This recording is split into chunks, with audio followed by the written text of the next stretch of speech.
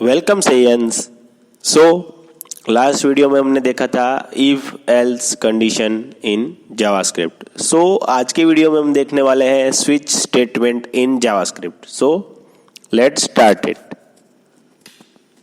Switch statement is used to execute one code from multiple expressions. Okay, so one code from multiple expressions meaning क्या है आगे देखते हैं। इसके structure पे से आपको पता चलेगा।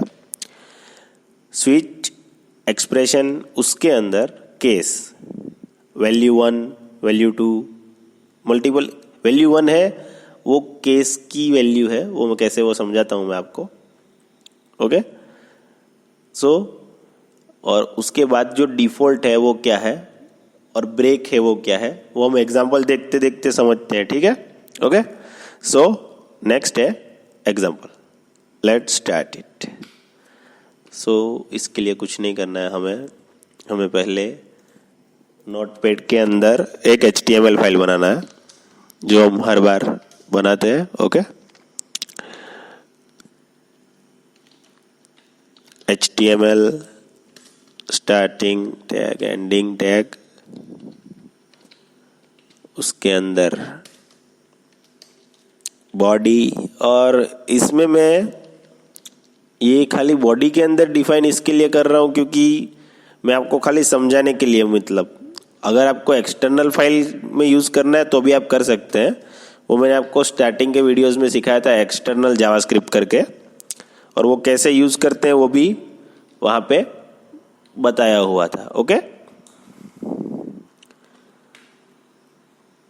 सो आप वहाँ से प्रीफर कर सकते हैं वो कि कैसे यूज़ करना है करके। ठीक है, इसको सेव करेंगे स्विच इन JS। ओके, और जो उसका टाइप रहेगा वो रहेगा HTML। सो अगर आप एक्सटर्नल में कर रहे हैं तो जो जावास्क्रिप्ट फाइल बनेगा वो .js फॉर्मेट में होगा। ओके, यहाँ पे तो हम एक ही फाइल में कर रहे हैं तो इसके लिए HTML है। ओके, हेड में और बॉडी में कर रहे हो तो एज HTML सेव करना है, और अगर अलग से फाइल बना रहे हो तो उसमें खाली जावास्क्रिप्ट का ही कोड होना चाहिए। और वो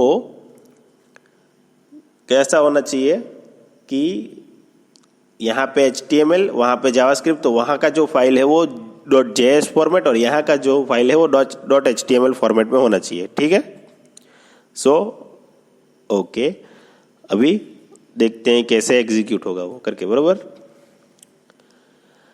अभी सिंपल एग्जाम्पल ही ले रहा हूँ।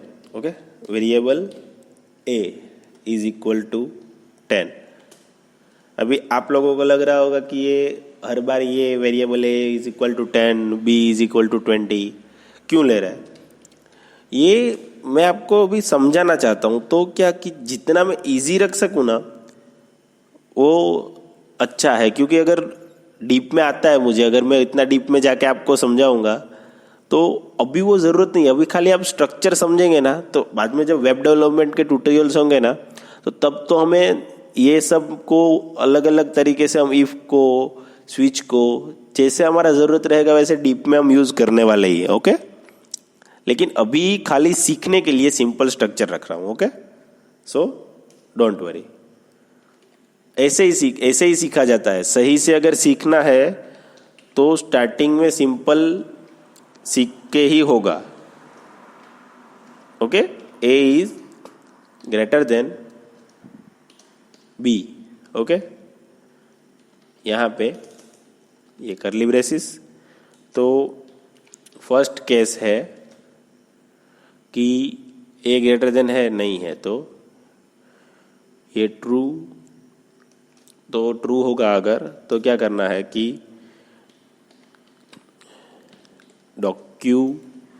डॉक्यूमेंट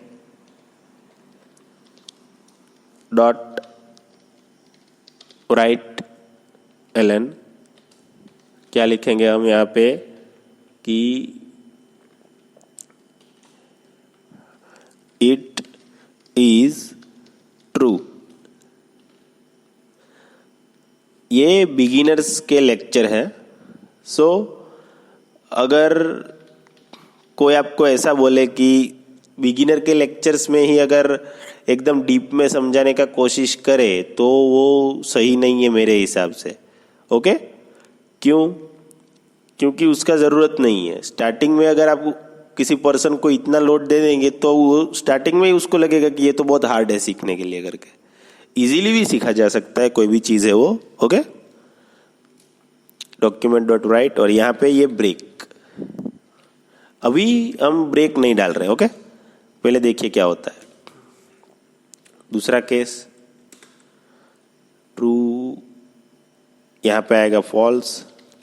ओके, और शिफ्ट यहाँ पे कॉपी पेस्ट कर देते हैं, कंट्रोल वी, और इट इज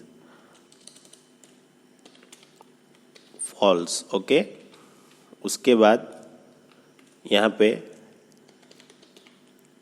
डिफॉल्ट, और उसके अंदर आएगा it is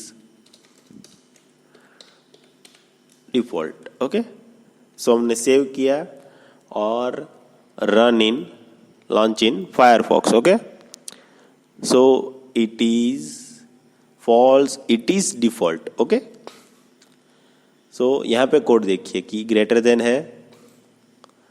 okay, it is false and it is default. Okay, so अगर हम यहाँ पे ब्रेक डाल रहे हैं फॉल्स के अंदर, जो केस ट्रू है उसके अंदर हम ब्रेक डाल रहे हैं अगर, तो क्या होता है वो देखते हैं। ठीक है, ये control S alt tab F5,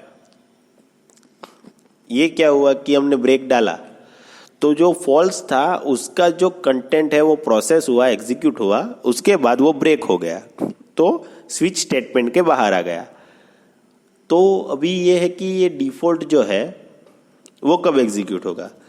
तो एज एन एग्जांपल यहाँ पे भी अगर हम ट्रू रखते हैं, बराबर, मीन्स कि ऊपर से वैल्यू तो फॉल्स आ रही है, लेकिन जितने भी केसेस हैं वो किसी भी केस को सेटिस्फाई नहीं कर रही है, उस टाइम पे क्या होता है कि जो हमारा डिफॉल्ट वैल्यू है वो एग्जीक्यूट होता है।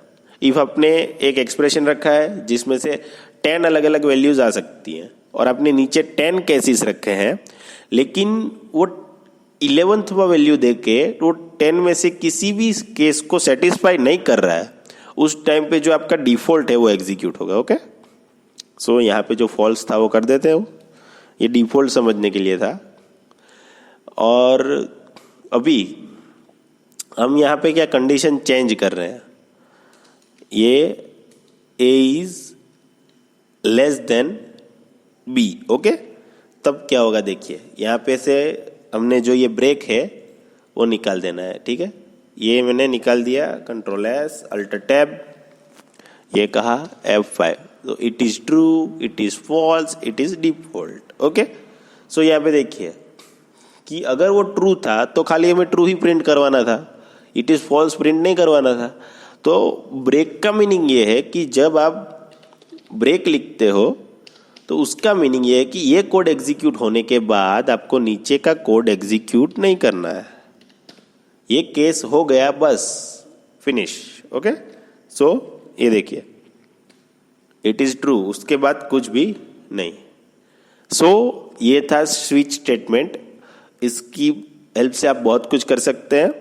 ओके, सो वो हम जब वेब डेवलपमेंट के ट्यूटोरियल्स करेंगे उस टाइम पे इसकी हेल्प लेके वेब डेवलपमेंट करेंगे जावास्क्रिप्ट की हेल्प से। ओके, सो